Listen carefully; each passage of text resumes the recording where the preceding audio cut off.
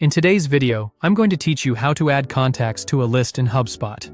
We'll walk through how to use list filters so your contacts are added automatically when they match the criteria you care about.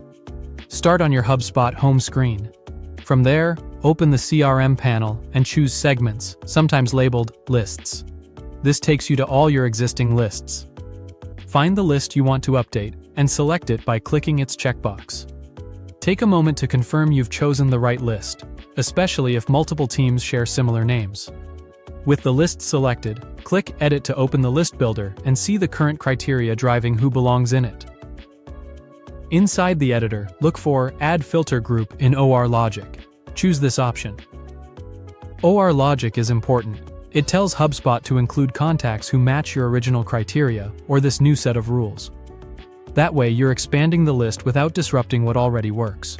If you used AND logic instead, contacts would have to meet every condition at once, which narrows your audience. Using an OR group is perfect when you want to add a new segment alongside the existing one. Now add a filter based on industry.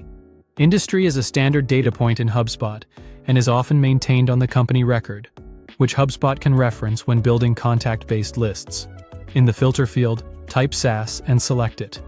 SaaS stands for Software as a Service, and choosing industry equals SaaS means this list will automatically include any contact whose associated industry is categorized that way. Why is this useful? Filtering by industry helps you tailor your outreach and reporting. For example, SaaS companies often have unique sales cycles, pricing models, and onboarding needs.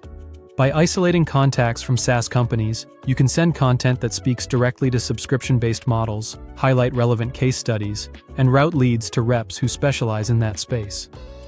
It also keeps your list dynamic. As soon as a contact or their associated company is marked as SaaS, they're included.